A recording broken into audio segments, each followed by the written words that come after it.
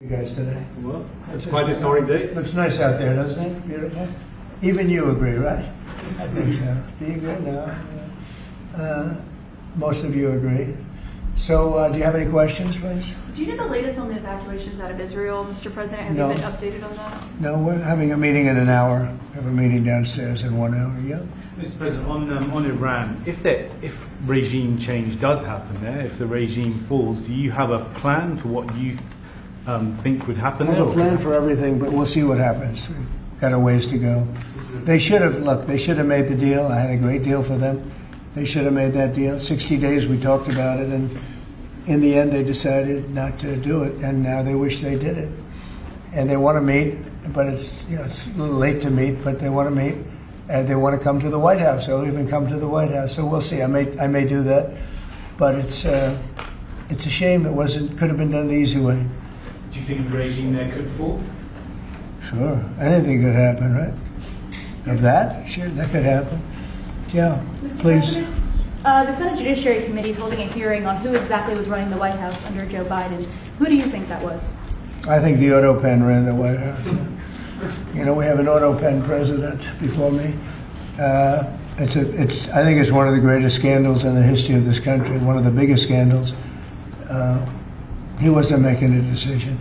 He was never for open borders where people came in from all over the world, from prisons and gangs and drug dealers and all of that, the mentally insane. He was never for that. He was never for open borders, and he was never for, he was never for transgender for everybody, or men playing in women's sports. He was never for that. Have you ever had women? Could a woman make your team, fellas? Tell me. You think? You're being nice. What do you think? Think a woman could make the team? General managers, what do you think? Difficult. We have a very good women's team, though. You do have, right? Yeah. But they should be playing with women, right? It's one of those things. One of those things. See, they're very diplomatic. As you're making your decision on Iran, obviously there's been a change from when you were pursuing a diplomatic negotiation. Yeah. Now you seem very open to the idea of potentially taking U.S. action. Obviously you're not going to tell us that. Can you walk us through what contributed to that change, how you got to where you are in making your decision now? Well, I think it started the first night. That first night was devastating. And it really knocked the one side off, as you know. It was a devastating evening, day.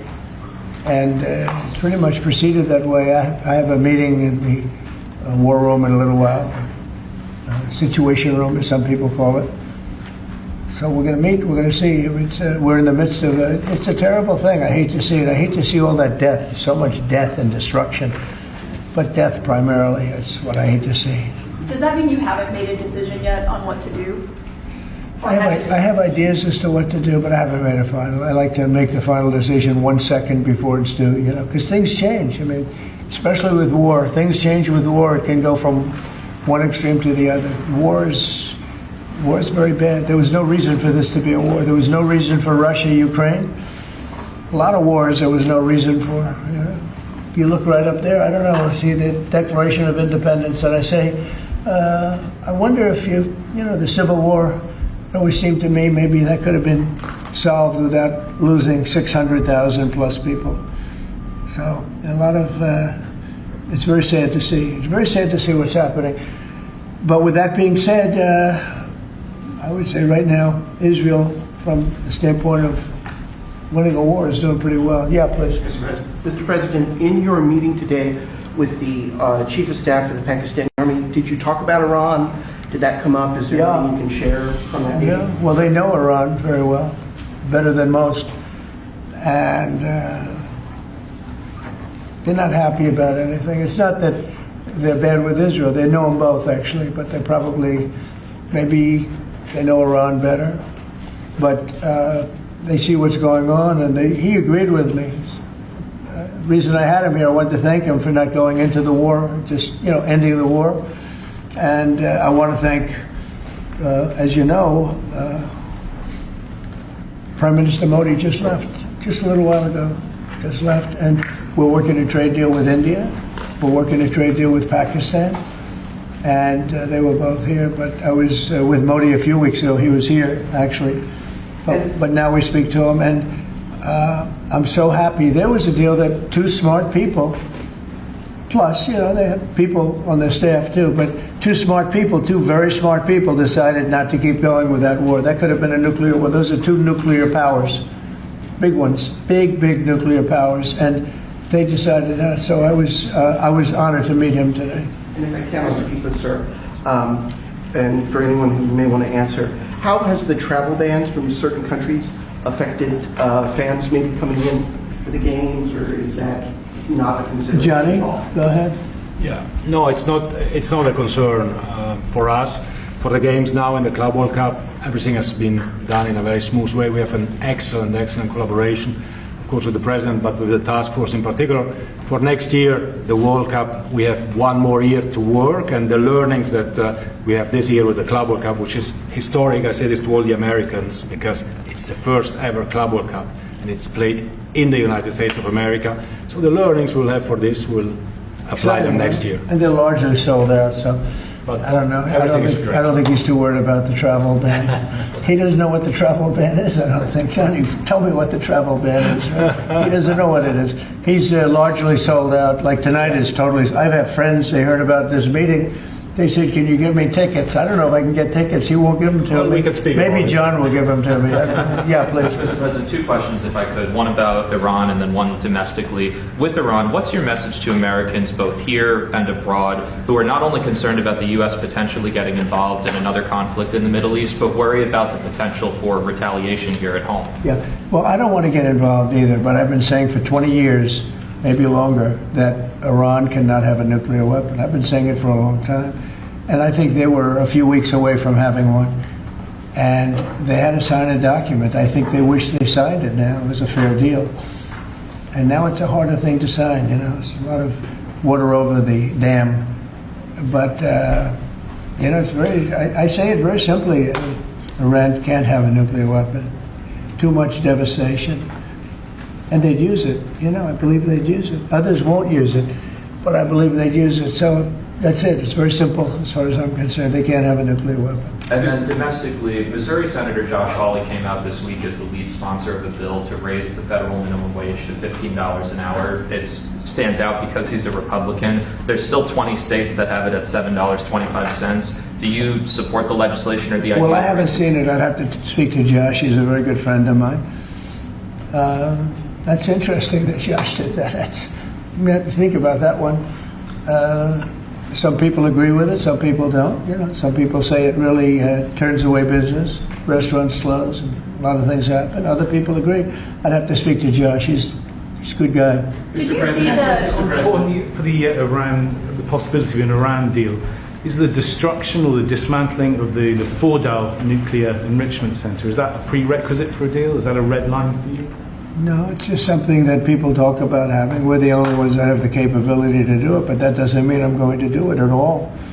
Yeah, we have the best military equipment in the world. You see that with this fight.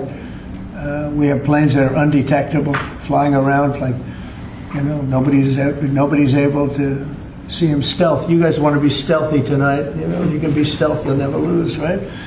But these are incredible planes and weapons. We have the best weapons in the world. By far, nobody close, and certain countries take advantage of that. Israel has incredible weaponry, so we'll see what happens. I've been asked about it by everybody, but I haven't made a decision. Mr. President, you talked earlier today about having daily conversations with Prime Minister Netanyahu. Yeah. How have those conversations weighed on you in terms of getting more involved? He's been lobbying for the U.S. to get more involved. Has that had an impact in kind of your evolution, sir?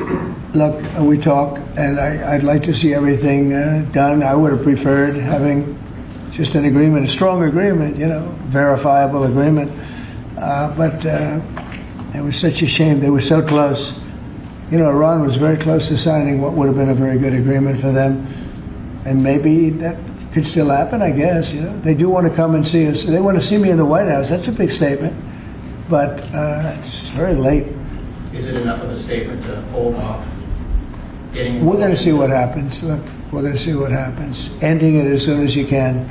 would be good. Have you closed the door on meeting with them? No. Okay, so it's still open to them coming here in your eyes. I mean, they asked if they could come. We'll see if that happens. It's not that easy for them to come. They can't get out.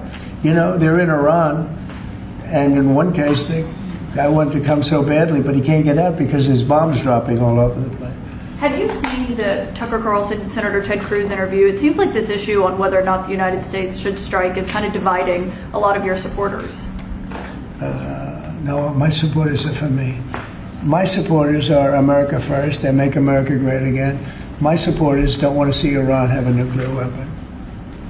Tucker's a nice guy. He called and apologized the other day because he thought he said things that were a little bit too strong, and I appreciated that. And Ted Cruz is a nice guy. I mean, he's been with me for a long time. I'd say once the race was over, he's been with me ever since, right? But very simple. If they think that it's okay for Iran to have a nuclear weapon, then they should oppose me, but nobody thinks it's okay. People that don't want, I don't want to fight either. I'm not looking to fight.